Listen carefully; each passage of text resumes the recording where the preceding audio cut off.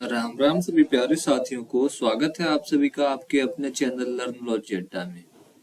जैसा कि आप सभी को पता ही है, हम प्रैक्टिस सेट कर रहे हैं ग्राम पंचायत अधिकारी के लिए, लेकिन अब यूपी स्पेशल कर रहे हैं। तो यूपीपी और आरओ जो 11 फरवरी को और यूपीपी जो 18 फरवरी और 17 फरवरी को एग्जाम होना है, उनके लिए भी यह प्रैक्टिस सेट उतना ही महत्वपूर्ण है जितना ग्राम पंचायत अधिकारी के लिए है।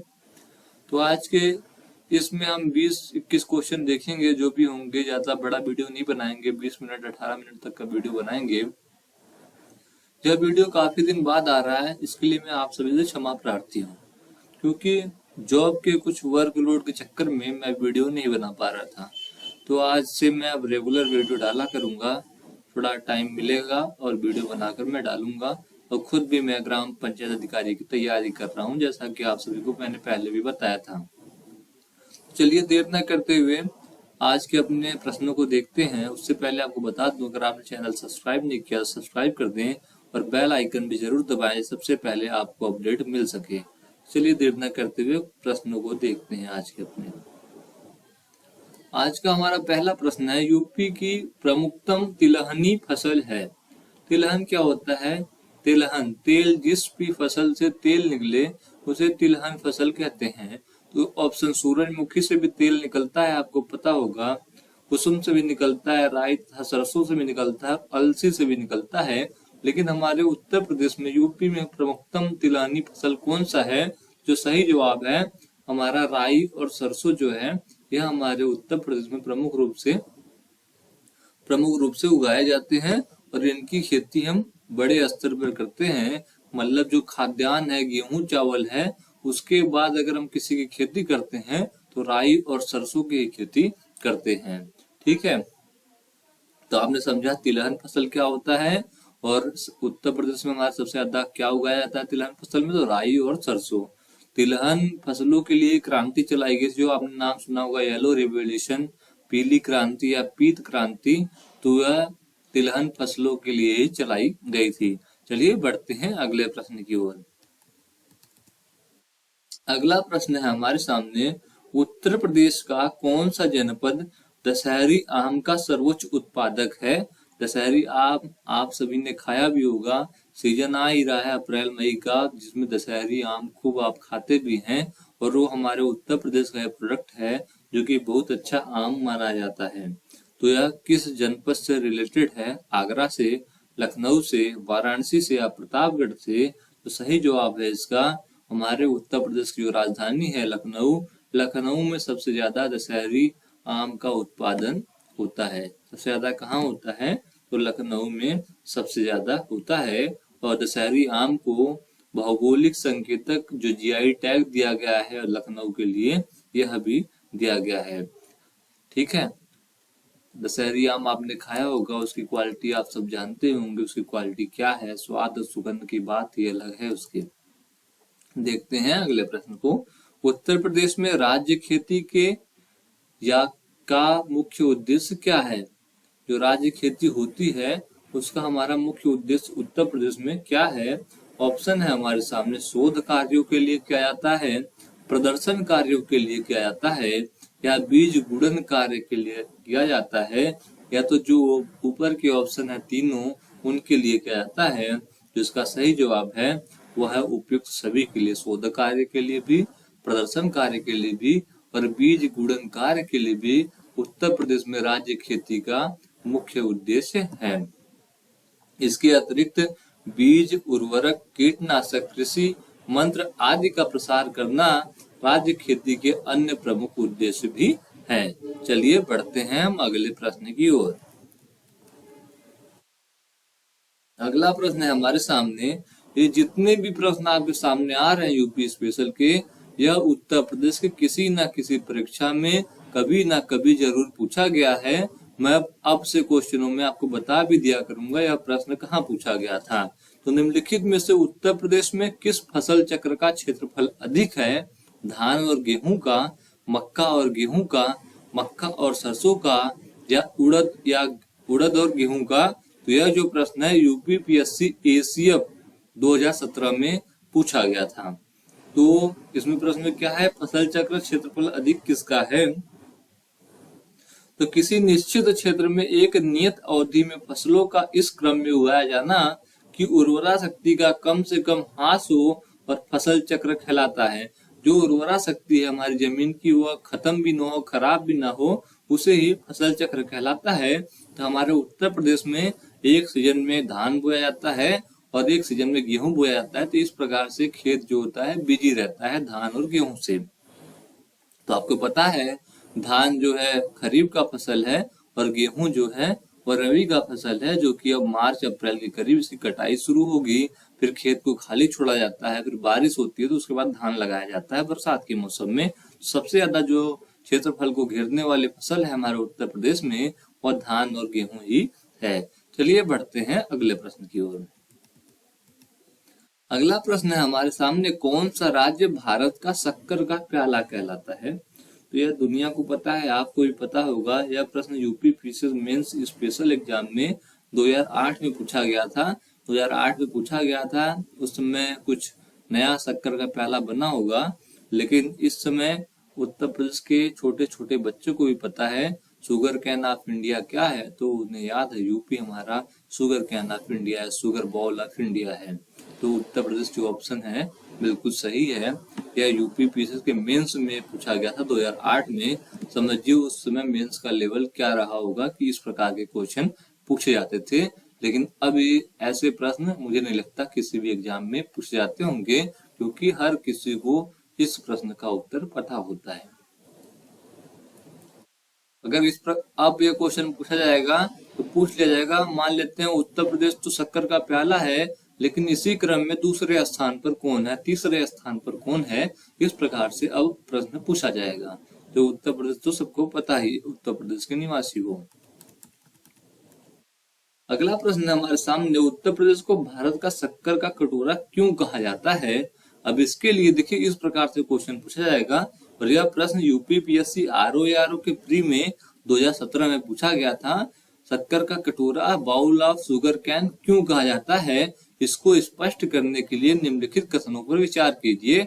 हमारे सामने 4 कथन हैं, तो उन्हीं में से देखना है हमें कि हमें इसे sugarcane, sugar bowl of India क्यों कहा जाता है। तो इन 4 कथनों को देख के हमें बताना है। पहला है, उत्तर प्रदेश में गन्ने का सर्वाधिक उत्पादन होता है। यह बिल्कुल सही है, इसलिए इसे शुगर बाउल ऑफ इंडिया कहा जाता है, बिल्कुल सही है। दूसरा है, उत्तर प्रदेश में गन्ना अभियांत्रिकी शिक्षा संस्थान है। यह भी बिल्कुल सही है। ठीक है, 2 सही हो गए। अब तीसरा है, भारतीय गन्ना अनुसंधान कहाँ है? तो यह लखनऊ में है। उसके बाद उत्तर प्रदेश में चीनी मिलों की संख्या सर्वाधिक है। यह गलत है, क्योंकि चीनी मिलों की जो संख्या है सबसे ज्यादा महाराष्ट्र में है, इसलिए तीसरा ऑप्शन गलत है हमारा। चौथा कथन है, उत्तर प्रदेश में गन्ना उत्पादकों की संख्या सर्वाधिक है। यह भी बिल्कुल सही है।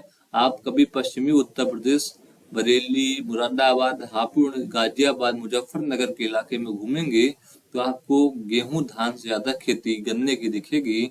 गन्ना बड़े मात्रा पे उगाया जाता है। अगर आप उत्तर प्रदेश के उस क्षेत्र से हैं, आपको पता ही होगा कि गन्ने की खेती वहाँ कितने बड़े लेवल पे किया जाता है। तो 1, 2, 4 सही है, तीसरा गलत इसलिए है क्योंकि मिलों की संख्या सबसे ज्यादा महाराष्ट्र में है। तो ऑप्शन जो है सी, केवल 1, 2, 4 बिल्कुल सही है। अगला प्रश्न है हमारे सामने, देखते हैं अगले प्रश्न को। अगला प्रश्न हमारे सामने, निम्नलिखित में से कौन से कथन सही हैं? 4 कथन दिए गए हैं, इनमें से हमें देखना है कौन सा कथन सही है। मध्य प्रदेश, यह क्वेश्चन पूछा गया था आपके UP PCS special pre GS 2008 के एग्जाम में। तो इससे जो क्वेश्चन है, क्वेश्चन का जो तरीका होगा वो 2008 के तरीके से होगा, लेकिन जो आंसर होगा प्रेजेंट हिसाब से होगा, 2024 के हिसाब से होगा। तो पुराने आंसर में थोड़ा बदलाव आएगा। चलिए देखते हैं इस क्वेश्चन को। पहला कथन है, मध्य प्रदेश में भारत के गाय बैलों की सर्वाधिक संख्या पाई जाती है। क्या यह सही है? तो आपको बताना है किसमें सबसे ज्यादा गाय बैलों की संख्या पाई जाती है। तो पहले पाई जाती थी मध्य प्रदेश में, लेकिन इस समय जो है पश्चिम बंगाल में सबसे ज्यादा गाय बैलों की संख्या पाई जाती है। उसके बाद उत्तर प्रदेश, उसके बाद मध्य प्रदेश दूसरे और तीसरे स्थान पर है। तो पहला कथन बिल्कुल गलत है कि मध्य प्रदेश में सबसे ज्यादा गाय बैलों की संख्या पाई जाती है। उसके बाद उत्तर प्रदेश में भारत की भैंसों की सर्वाधिक संख्या पाई जाती है, तो यह बिल्कुल सही है। उत्तर प्रदेश में सबसे ज्यादा भैंसों की संख्या पाई जाती है। उसके बाद तीसरा है, राजस्थान में भारत की भेड़ों की सर्वाधिक संख्या पाई जाती है, तो यह गलत है। सबसे ज्यादा भेड़ तेलंगाना में और दूसरे स्थान पर उसी राज्य से मतलब आंध्र प्रदेश से बना राज्य तेलंगाना पहले नंबर पर है और दूसरे नंबर पर आंध्र प्रदेश है। फिर भारत में उत्तर प्रदेश गाय के दूध का सबसे बड़ा उत्पादक है, तो इसमें जो हमारा सबसे नंबर 1 उत्पादन है दुग्ध उत्पादन में, गाय के दूध में हमारा उत्तर प्रदेश है। ठीक है, तो इस प्रकार से हम क्वेश्चन को देखेंगे कौन सा क्वेश्चन निम्नलिखित में से कौन सा कथन सही है। तो कौन सा कथन सही देखा हमने, उत्तर प्रदेश में भारत की भैंसों की सर्वाधिक संख्या पाई जाती है, बिल्कुल सही है। और भारत में उत्तर प्रदेश गाय के दूध का सबसे बड़ा उत्पादक है, यह भी बिल्कुल सही है। चलिए बढ़ते हैं अगले प्रश्न की ओर।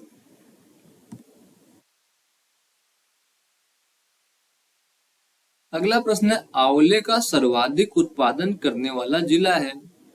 अगर आप अवध क्षेत्र के हैं तो प्रतापगढ़ का नाम सुनते ही आप सीधे सीधे बता दिया करेंगे कि सबसे ज्यादा आंवला अगर उत्तर प्रदेश में कहीं उगाया जाता है, उत्पादन होता है, तो वह प्रतापगढ़ जिला है। यह प्रश्न यूपीपीसीएस प्री जीएस 2012 में, 2008 में और यूपीपीएससी के मेंस में 2012 में पूछा गया था, जिसका सीधा सीधा जवाब प्रतापगढ़ जिला है। प्रतापगढ़ जिला प्रयागराज मंडल का एक जिला है। चलिए बढ़ते हैं अगले प्रश्न की ओर। अगला प्रश्न है हमारे सामने, उत्तर प्रदेश में खरीफ फसल की बुआई होती है, तो खरीफ में क्या बोया जाता है, धान बोया जाता है। तो आपको पता होगा धान कब से कब तक बोया जाता है, तो आपको उसको चुनना है। तो मैंने बताया था पिछले क्वेश्चन में, जब बरसात शुरू होती है, खेतों में पानी भरता है, तो उस खेत को जुताई होती है और उसी टाइम खरीफ फसल की बुआई होती है, धान की बुआई होती है। तो जून जुलाई, तो सी ऑप्शन है बिल्कुल सही है। अगला प्रश्न है, उस जनपद को चिन्हित कीजिए जिसमें जानवरों के लिए पॉलीक्लिनिक नहीं है। 4 जिले हैं हमारे सामने, उनमें से एक जिला ऐसा है जिसमें जानवरों के लिए पॉलीक्लिनिक नहीं बनाई गई है। तो कौन सा जिला है, लखनऊ, झांसी, मुजफ्फरनगर या गोरखपुर। तो उत्तर प्रदेश के झांसी जिले में जानवरों के लिए पॉलीक्लिनिक नहीं है। पशुओं की विशेष चिकित्सा के लिए 3 पशु चिकित्सा पॉलीक्लिनिक बनाए गए हैं, जो कि गोरखपुर में है, मुजफ्फरनगर में है तथा लखनऊ में कार्यान्वित है, कार्य कर रहे हैं। कहाँ कहाँ है, लखनऊ में, मुजफ्फरनगर में और गोरखपुर में। झांसी में अभी मौजूद नहीं है। ठीक है, चलिए बढ़ते हैं अगले प्रश्न की ओर। बी ऑप्शन पे क्लिक करते हैं और बढ़ते हैं अगले प्रश्न की ओर। अगला प्रश्न है, भारत में उत्तर प्रदेश जिस पैदावार का सबसे बड़ा उत्पादक है, वह कौन सा फसल है, खाद्यान्न का, तिलहन का, दलहन का या मसाले का। तो आपको बताया था नंबर 1 पे खाद्यान्न है, दूसरे नंबर पर तिलहन है। तो उत्तर प्रदेश देश में खाद्यान्न का सबसे बड़ा उत्पादक राज्य है। ठीक है, और उसके बाद जो है हम तिलहन में उत्पादन में पहले नंबर पे है तिलहन में। देखते हैं अगले प्रश्न को।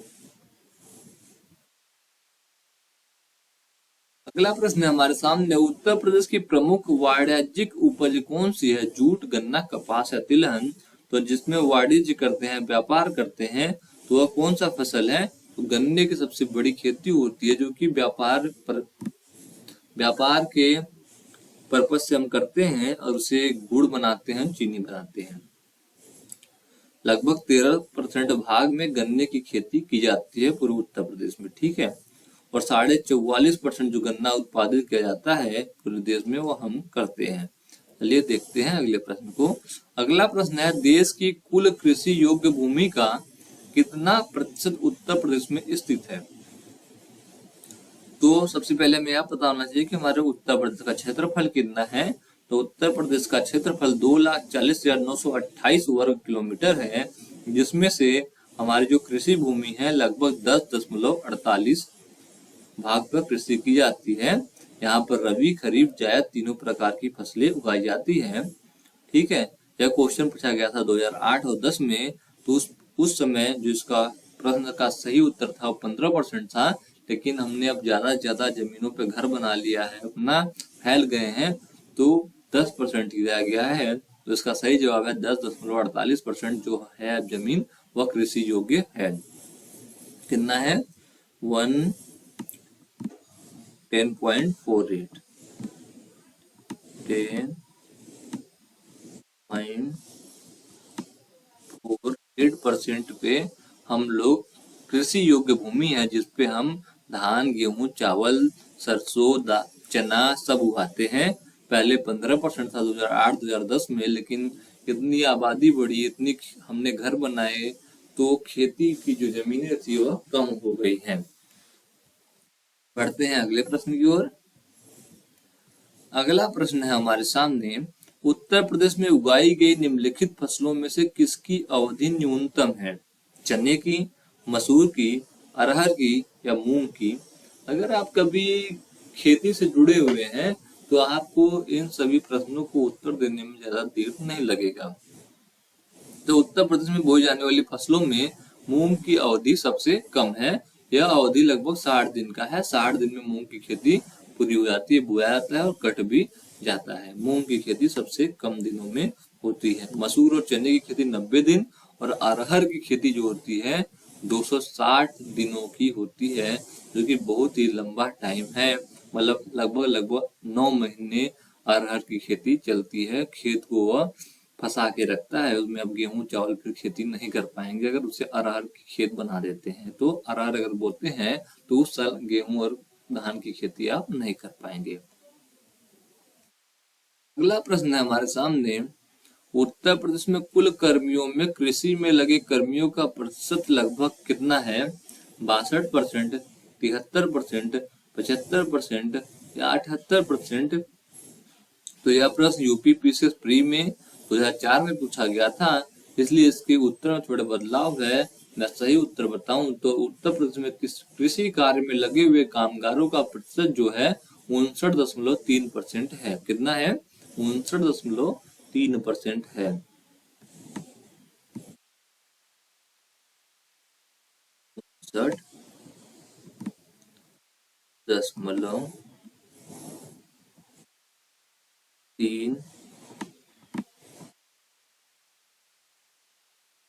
59.3% जो है कुल कर्मी जो है वह खेती में लगे होते हैं।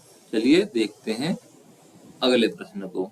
अगला प्रश्न है हमारे सामने, उत्तर प्रदेश में केसर का उत्पादन कहाँ होता है? वैसे मैक्सिमम केसर जो है हमारा जम्मू कश्मीर में ही पैदा होता है, लेकिन इस क्वेश्चन में जो पूछा गया तराई क्षेत्र में, पर्वतीय क्षेत्र में, मैदानी क्षेत्र या पठारी क्षेत्र में, तो केसर उत्पादन के हेतु आदर्श जलवायु जो है उत्तर प्रदेश में नहीं पाई जाती है। लेकिन वर्ष 2015 में अलीगढ़ जनपद के किसान जलाल अहमद ने केसर की खेती द्वारा इसका उत्पादन किया है, किंतु यह एक उपवाद है, अनूठा एक केवल उदाहरण मात्र है। इसकी खेती सक्सेसफुल हमारे क्षेत्रों में नहीं हो पाती। इस क्वेश्चन में मैदानी क्षेत्र ऑप्शन में क्लिक कर सकते हैं, लेकिन हमारे जो उत्तर प्रदेश की जलवायु है इसमें केसर की खेती नहीं की जा सकती, क्योंकि इसे ठंडा चाहिए जैसे कि जम्मू कश्मीर में है। फिर भी यह क्वेश्चन यूपी पीसीएस मेंस में 2016 में पूछा गया था, क्योंकि अलीगढ़ का एक किसान था जिसका नाम जलाल अहमद था, उसने केसर की खेती की थी और केसर का उत्पादन किया था, जो कि मात्र अपवाद है या बार बार नहीं हो सकता है। अगला प्रश्न है, उत्तर प्रदेश की फसल गहनता लगभग है 110%, 135%, 160% या 185%? जो यह प्रश्न पूछा गया था तो यूपी पीसीएस मेंस के 2013 के परीक्षा में पूछा गया था। जो अब आंकड़ा है हमारे पास वह है 157.53%, तो मतलब लगभग 160। तो फिर हम लोग को क्लियर जानकारी दें तो 157 157.53% जो कि है फसल गहनता हमारे उत्तर प्रदेश में है। जब यह प्रश्न पूछा गया था 2013 के परीक्षा में मेंस में तो 160% था, लेकिन जो हमारा है 157.53% फसल गहनता है। चलिए बढ़ते हैं अगले प्रश्न की ओर, देखते हैं अगले प्रश्न को। तो अगला प्रश्न है, उत्तर प्रदेश में कृषि उत्पादन बढ़ाने में कौन सा कारक सबसे अधिक प्रभावी है? उन्नत किस्मों के बीजों को बढ़ता प्रयोग, कृषि सेवा केंद्रों का विकास, कृषि साख सुविधा, किसान क्रेडिट कार्ड योजना। तो कृषि उत्पादन को बढ़ाने में सबसे अधिक प्रभावी अगर कोई है तो उन्नत किस्म के जो बीजे हैं, high yielding variety of seeds हैं, अच्छी बीज जो है वही पैदावार बढ़ाती है। ए ऑप्शन बिल्कुल सही उत्तर है इस प्रश्न का। अगला प्रश्न है, उत्तर प्रदेश में किस क्षेत्र में सोयाबीन की फसल मुख्यतः उगाई जाती है? आपको पता होगा सोयाबीन की सबसे खेती मध्य प्रदेश में होती है। तो इसी प्रकार से जो मध्य प्रदेश में भी बुंदेलखंड क्षेत्र है और हमारे यूपी में भी बुंदेलखंड क्षेत्र है, तो बुंदेलखंड क्षेत्र में प्रमुखतः हमारे उत्तर प्रदेश में बुंदेलखंड क्षेत्र में ही सोयाबीन उगाया जाता है। बुंदेलखंड के जैसे जिले हैं जालौन, झांसी, ललितपुर, हमीरपुर, बांदा और महोबा, इन जिलों में सोयाबीन की खेती होती है। अगला प्रश्न, निम्नलिखित में से किस दलहन फसल का क्षेत्रफल उत्तर प्रदेश में सर्वाधिक है? हमारे उत्तर प्रदेश में कौन सा दाल ज्यादा बोया जाता है? मूंग, अरहर, मटर या चना?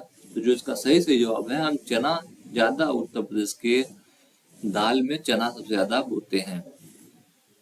अगला प्रश्न है, भारत के राज्यों में से उत्तर प्रदेश निम्नलिखित में से किन फसलों का अग्रणी उत्पादक है? गेहूं का, आलू का, मूंगफली का, या गेहूं आलू गन्ना का, आलू गन्ना कपास का, या आलू गन्ना धान का? तो उत्तर प्रदेश की प्रमुख फसल चावल, गेहूं, बाजरा, जौ और मक्का है। उत्तर प्रदेश गेहूं, गन्ना और आलू के उत्पादन में प्रथम स्थान रखता है। कौन कौन से में? गेहूं में, गन्ना में और आलू में हमारा स्थान जो है वो 1 नंबर है। पूरे भारत में सबसे ज्यादा गेहूं भी हम उगाते हैं, आलू भी उगाते हैं और गन्ना भी सबसे ज्यादा हम उगाते हैं। तो आज हमने इन प्रश्नों को देखा। उम्मीद है कि आपको वीडियो देखते देखते ही सारे प्रश्न याद भी हो गए होंगे। अगर आपका कोई सवाल है, पूछना या बताना भी चाहते हो तो कमेंट बॉक्स में पूछ कर बता सकते हैं। तब तक के लिए आपका बहुत बहुत धन्यवाद दोस्तों। जय हिंद।